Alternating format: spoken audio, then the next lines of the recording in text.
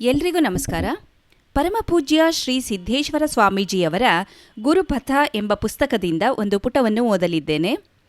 ದೋಷದೃಷ್ಟಿಯಿಂದ ನೋಡುತ್ತಾ ಹೋದರೆ ಎಲ್ಲರಲ್ಲೂ ಎಲ್ಲದರಲ್ಲೂ ದೋಷ ಕಾಣುತ್ತೇವೆ. ನಾವು ದೋಷದೃಷ್ಟಿ ಬಿಟ್ಟು ಗುಣದೃಷ್ಟಿ ಅಳವಡಿಸಿಕೊಂಡು ಎಲ್ಲೆಡೆ ಒಳ್ಳೆಯದನ್ನೇ ಕಾಣಬೇಕು. ಇತರರ ಸಣ್ಣಪುಟ್ಟ ದೋಷಗಳನ್ನು ಮರೆಯಬೇಕು, ಕ್ಷಮಿಸಬೇಕು. ಪುರುಷರು ತಮ್ಮ ಮನೆಯಲ್ಲಿ ತಮ್ಮ ಧರ್ಮಪತ್ನಿಯರಿಗೆ ನನ್ನ ರೂಪ ಹೇಗಿದೆ ಎಂದು ಒಂದೆರಡು ಸಲ ಕೇಳಿ ನೋಡಬೇಕು. ಮೊದಮೊದಲು ನಿಮ್ಮ ರೂಪ ಚೆನ್ನಾಗಿದೆ ಎಂದು ಹೇಳಬಹುದು.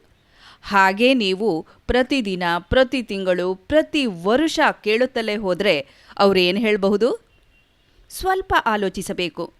ಪ್ರತಿ ಬಾರಿಯೂ ತುಂಬ ಚೆನ್ನಾಗಿದ್ದೀರಿ ಎಂದು ಹೇಗೆ ಹೇಳುತ್ತಾರೆ ಅವರು? ಒಂದೊಂದೇ ದೋಷಗಳನ್ನು ನಿಧಾನವಾಗಿ ಎತ್ತುತ್ತಾ ಹೋಗಿ ಒಂದು ದಿನ ನೀವು ನಿಮ್ಮ ರೂಪದ ವಿಷಯದಲ್ಲಿ ಮತ್ತೆಂದು ಮಾತನಾಡದ ಹಾಗೆ ಮಾಡೋದಿಲ್ವೇ?